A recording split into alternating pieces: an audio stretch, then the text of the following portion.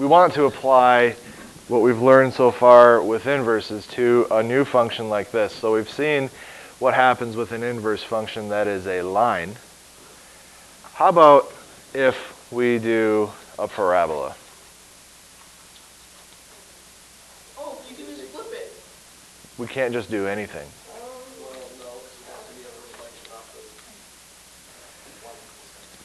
All right, so let's figure out what the inverse is going to be here first. And then we'll graph both of these. We already know what this graph looks like. It's a parabola that's been shifted. But let's figure out what the inverse function is going to look like. Or maybe it's not even a function at all. So what do I need to do here? Swap the x and the y. So now I have x equals y squared minus 1. And then what? Solve for y. So I'm going to add 1 to both sides.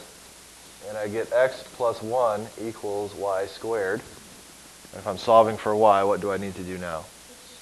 Yeah, I'm going to have to square root both sides of the equation. Now when I do that, and this y on the right-hand side makes people uncomfortable, I know, so I'm going to swap this around. I'm going to move the y over here and move this over here using the symmetric property. We've done that before. So y equals, when I take the square root of both sides of an equation, what do I have to do? I have to say plus or minus.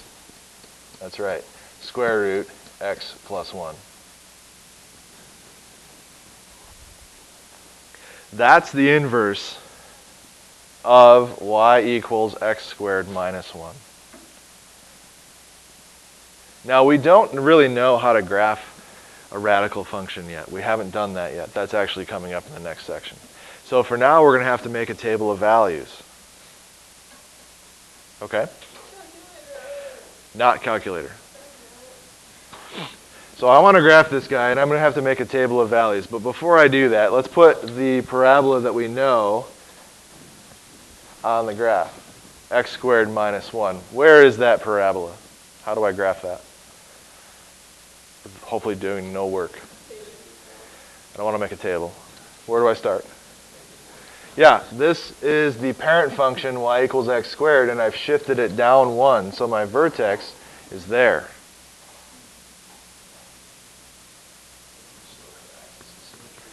Which means that the axis of symmetry is also here.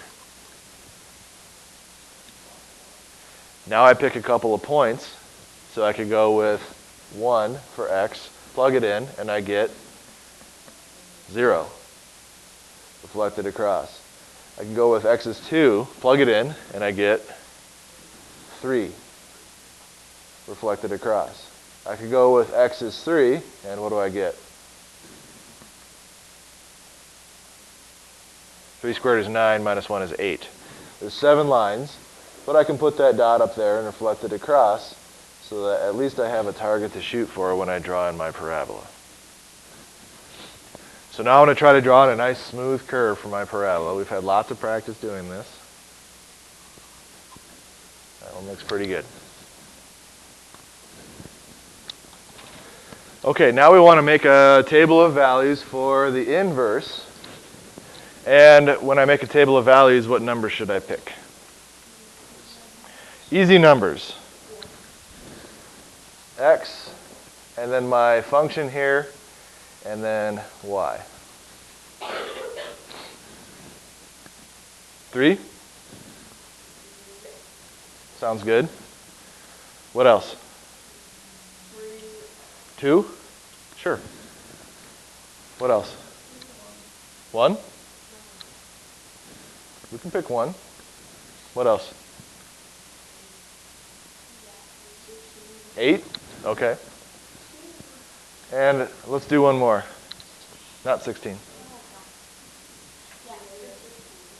15? How am I going to graph 15 on that thing?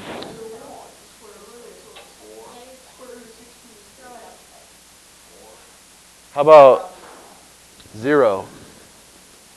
That's usually a good number to pick. Yeah. What about negative numbers? No? You don't want any negative numbers? It's pointless to reflect? How about negative 1? Yeah, we could do that one probably, right? Yeah, you want to do negative 2 also? Why not? It gives you an imaginary number. Good. If I take negative 2 and I plug it in here and I take the square root, I get an imaginary number. So you were right to try to avoid negatives, but for the wrong reason. We don't want imaginary results here, so we're going to avoid numbers that are less than negative 1. That gets into the domain that we've been talking about from the last section. But we can do negative 1 because that gives us 0. So let's take out these easy ones here. If I take negative 1 and I plug it in, what do I get? Okay, the square root of 0 is, so that's actually plus or minus 0, right? But it's just 0. What if I take 0 and plug it in? So plus or minus 1 at 0. What if I take 8 and plug it in? By the way, you were picking good numbers here. I like that 8. What do we get? 9. The square root of 9 is, so plus or minus 3. Take 1 and plug it in. What do we get? So the square root of 2. No. When we're graphing, we have to get a little estimate for it. The square root of 2 as a decimal is something that you should remember. We're going to have plus or minus 1.4.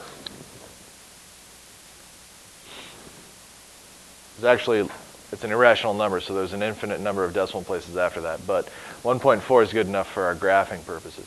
What about 2? So it's going to be plus or minus the square root of 3. And the square root of 3 as a decimal is 1.7, plus a whole string of other numbers. But for us, when we're graphing, 1.7 is going to be just fine. You want to remember those. And then for 3, what do we get? Plus or minus 2. All right, now we've got to graph that. If I take negative 5 and I plug it in, I get an imaginary number. So at negative 1, we get 0. So over here at negative 1, we get 0. At 0, we get plus or minus 1. So when x is 0, that's here, we get positive 1 and negative 1. When x is 8, so that's all the way over here, we get positive 3 and negative 3. 1, 2, 3, and then 1, 2, 3. What are we graphing here? It's a sideways parabola, yeah. Okay, when we have 1, we have plus or minus 1.4. So there and there. When we have 2, we have plus or minus 1.7. So there and there. And when we have 3, we have plus or minus 2, which is there and there. And you can see that this is a sideways parabola. Is it a function? Correct? Why not? It doesn't pass the vertical line test. That's right. Taken on its own, if I didn't include the minus, the plus or minus on that square root, then all I would have is that top portion right here. Is the top portion a function on its own? If I just have the top portion, yes. Or if I just took the negative part of the square root, then I'd have the bottom portion. Would that be a function? Yes, but the inverse function, the inverse itself is this, and I've been trying to be very careful to not call this a function because it's not. I have to graph these as two separate pieces on the calculator if I want it to show up like a parabola that's on its side. And you can do that on your calculator, actually. You just have to graph two separate functions, the positive root and the negative root. But anyway, this is the inverse.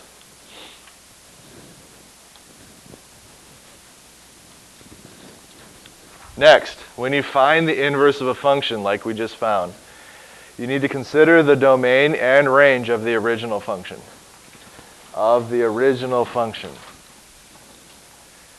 The domain and range of the original function become the range and domain of the inverse.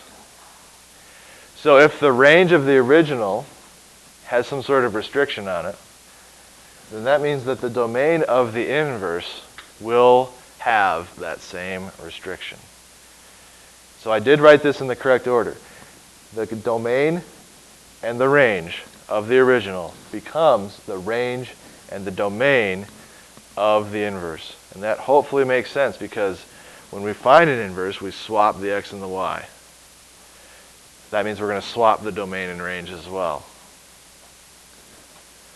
So if I go back to that last problem, the domain of my red equation, my parabola, the domain, all the x values that work, is all real numbers, right? But the range is only these y values that are greater than or equal to 1. Negative 1. So the domain is all real numbers for this guy. The range is greater than or equal to negative 1. We swap that, and now we have this inverse. The range of this one becomes the domain of this one. And if you look at the domain here, only the values that are greater than negative 1 are getting graphed in the domain. But if you look at the range is going to be all real numbers because this parabola that's on its side will extend outward and rightward for forever. So that's what that statement is saying on this page. So for example, find the inverse of this right here. Then state what the domain and range are of the inverse. So this is kind of an interesting problem here. Find the inverse of y equals the square root of x minus 2. What do we need to do? Swap the x and the y. We can do that right away. X equals the square root of y minus 2.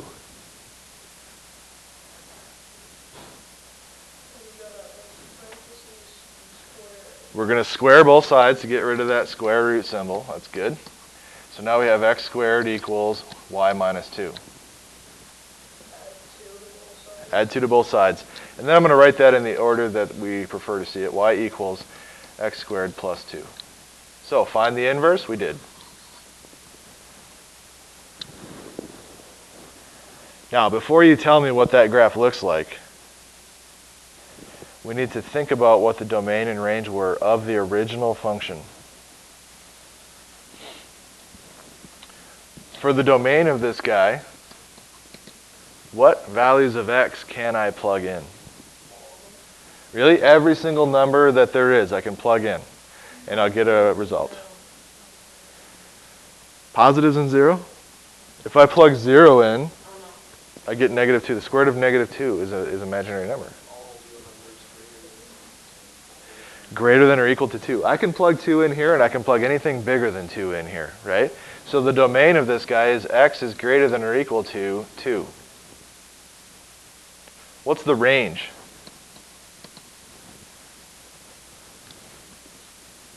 The range is all the y values that get graphed, right? Is the range all real numbers? No, it's not.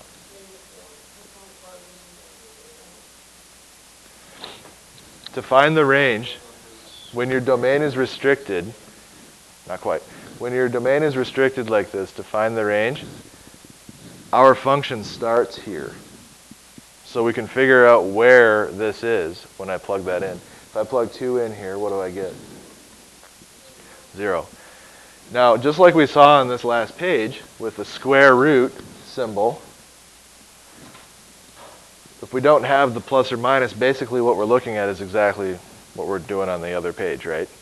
So if I don't have the plus or minus part, then all I have on my graph is this top part of that sideways parabola. Okay? So that bottom portion isn't there. You can kind of see where the graph starts right there. That's the beginning of my range. So if I plug in where the graph starts for x, I'll get where the graph starts for y. And that will be the start of my range. And then we'll go up from there. So greater than or equal to whatever I get when I plug in this number here, which is 0. So the range is going to be y is greater than or equal to 0. That's for my original. Now for my inverse, the domain and the range are going to swap. So that means that the domain here is going to be what? Which letter? X is greater than or equal to 0. And the range is going to be y is greater than or equal to 2. So that means when I graph this guy, and by the way, if I was just graphing this function right here, if I was just going to graph that as a normal problem, what would that graph look like? A parabola. But because the domain here says, from this range up here, this domain now says that I can only graph stuff that's greater than or equal to 0. I can't graph negative numbers here. Okay?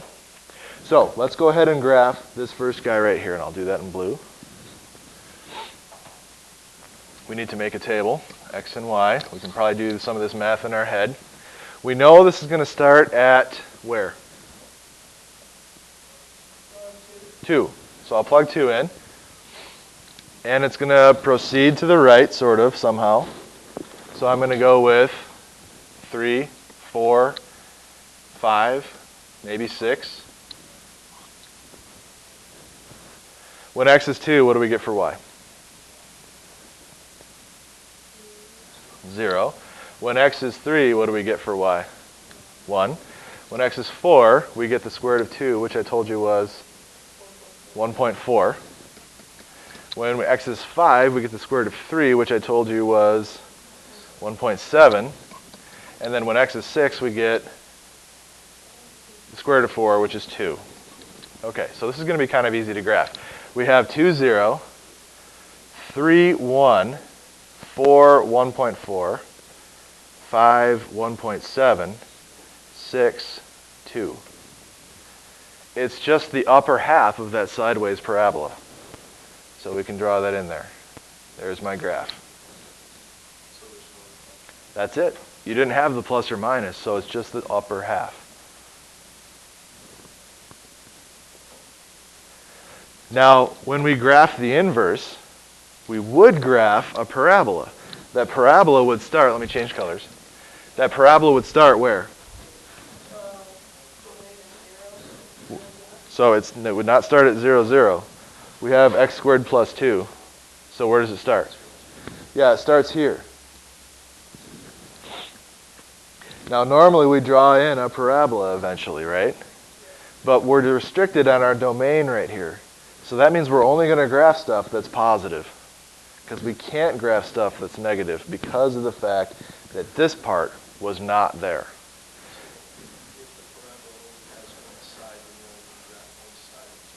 That's right.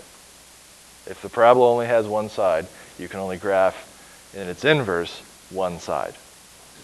So we only need to consider the positive numbers here. If x is positive 1, what do we get? 3. If x is 2, what do we get? 2 squared is 4 plus 2 is 6. And then if x is 3, we're off the graph. So I can draw in that half of the parabola. And remember what we said about inverse relations and inverse functions. They're reflections in the line y equals x. And if I draw in that line y equals x, does it look like a reflection? It sure does. Okay? So this graph here made us only able to draw that graph there. We know that this parabola continues around like this. But because of the original problem and the restriction that we had up here in the domain and the range, when we found the inverse, we could only graph our domain and range that we were allowed to graph. So now we've seen graphically how to find inverses. The best way to check if they give you two functions and they say, are these inverses of each other? The best way to check if two functions are inverses of each other is to check Fogg and Goff. Do function compositions with those two functions. If you find f composed of g of x and you simplify it down and you wind up with just x, and you also check g composed of f of x and you simplify it down and you wind up with just x as your answer, then the two functions are inverses of each other. That's a property of function composition. It's actually a property of reflection in the line y equals x. But So it's always just x, only x. It can't be 2x, it can't be x squared, it can't be x plus 1. It'll just be x. If you get just x, and just x. Then they are inverses of each other. Anything else, at any time, and they're not. So if I check this one and it doesn't give me just x, they're not inverses of each other. If I check this one and I get just x, I still have to check this one because it's possible that this one will give you something different. And then they're not inverses of each other. So you must check both unless you find that one doesn't work right away. Okay? So you need to check both compositions before knowing for sure if the functions actually are inverses. And so, for example, are these functions inverses of each other? Without graphing them, we can prove it algebraically by doing function composition. So the first thing I'll do is f composed of g of x.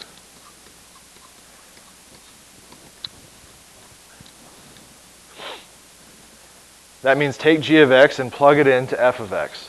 So I'm going to rewrite f of x, 3, but then plug in g of x for x. 1/3 x minus 3 plus 9. Now we simplify that down. So that means I need to distribute. The 3 goes in and I have just 1x or x minus 9 and then plus 9. Well, combine like terms and you get x. That was fog.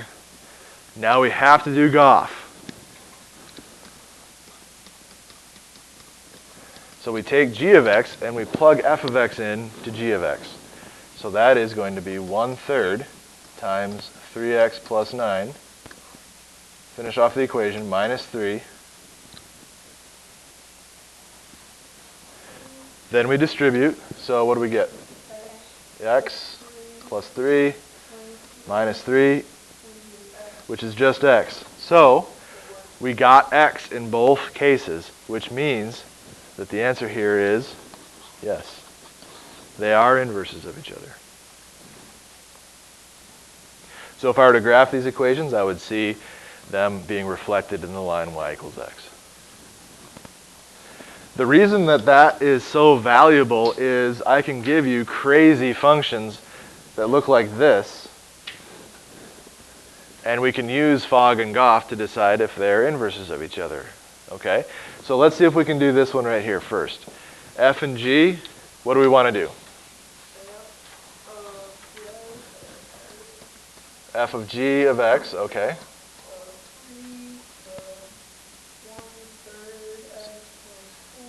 3 times 1/3 x plus 4 minus 3. X plus 12 minus 3. X plus 9 is what you get. Can't go any farther than that. So are these inverses of each other? No, and there's no need at this point to continue. You don't have to do g composed of f. You already know that they're not inverses. All right, go ahead and see if you can try the last one on your own. It is tougher looking, but it is the same process. So to do this one, f composed of g first. F composed of g of x equals. I'm taking f of x and I'm substituting in g of x everywhere that I see x. So f of x says 2x squared minus 1, but now I'm going to have 2, but x turns into the square root of x plus 1 over 2 squared minus 1. Your square root and your square wipe out, and you're left with 2 times x plus 1 over 2 minus 1. Well, what's 2 times this stuff divided by 2? That's a fancy 1 right there. So now you have x plus 1 minus 1, which is x. G composed of f of x.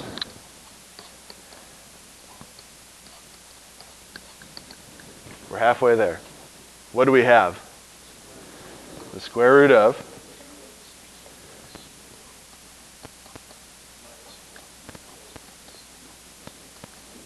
over 2. Okay. So now in the numerator, do I need these parentheses? No.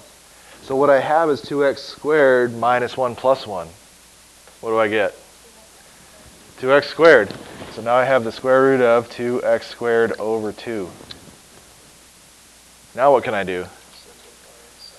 Yeah, the 2's here are a fancy one and they're gone. And I'm left with the square root of what? X squared. And what is the square root of x squared? Just x. So you do get x in both cases, which means that they are inverses of each other. I feel like that was a hollow victory. A hollow victory? It was a good victory. You got it right. One last thing to do in this section, and then we'll be done. And then there's only one section left, which is good. Composing inverse functions. So notice I have 3 things set up here. First, I want you to find what? The inverse function of this guy right here. Then, what am I asking you to do? Find f composed of f inverse at 1. And then what am I asking you to do here? Find the inverse function composed of f at 1. All right. It's awesome. I'm excited. Here we go. What do I need to do to find the inverse function? Swap x and y. So first I'm going to turn this into y equals 1 over x minus 1. Now I need to swap x and y. So it's going to be x equals 1 over y minus 1. Now what? I do got to solve for y, but how am I going to be able to do that? Multiply both sides by the denominator. Good. We got to get the y out of the denominator. So I'm going to multiply both sides by, I can't really fit that in there, but y minus 1. So now what I have is, and the best way to do this is to not distribute over here. Just leave it as y minus 1 times x equals what? 1. Because now I got to get y by itself. And how am I going to do that? Divide both sides by x. If I would have distributed the y minus 1 in, then I wouldn't have seen that as easily. So by not distributing, we actually saved us some trouble. And now I have y minus 1 equals 1 over x. So now to solve for y, what do we do? Add 1 to both sides. And I get y equals 1 over x plus 1. And that is the inverse function.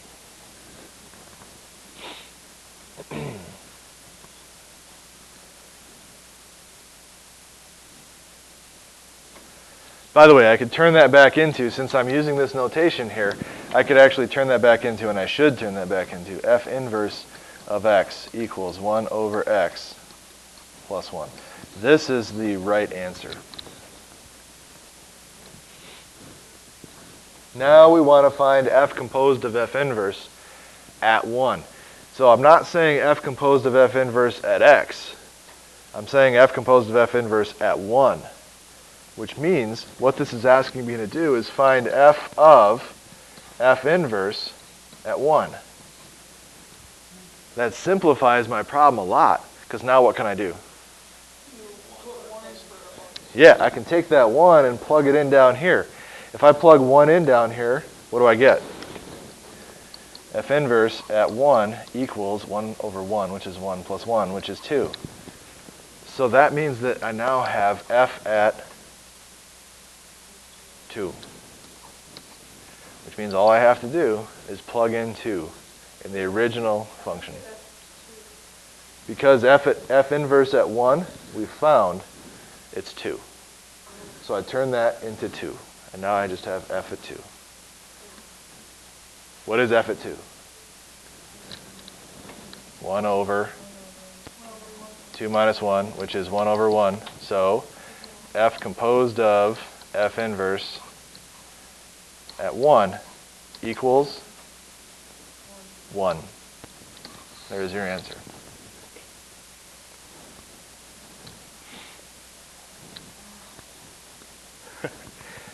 What is that second one asking me to find?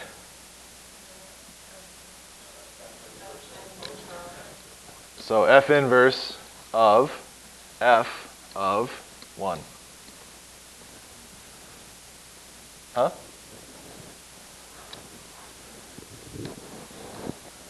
So what's f of 1?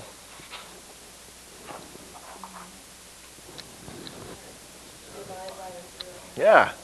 If I take 1 and I substitute it in up here, I have 1 minus 1, which is 0 in the denominator. I have division by 0, which can never happen. So it's undefined. And that's as far as you can go. You can't go any farther. Watch out for division by 0. Now, if we could have done that, though, then it'd be just the same as this. We would find f at 1, figure out what that number is, and then find f inverse at whatever that number was, and then we'd have our answer. But in this case, we wound up against division by 0, so we had to stop and say undefined. And that's it. That's all I got for you for this section.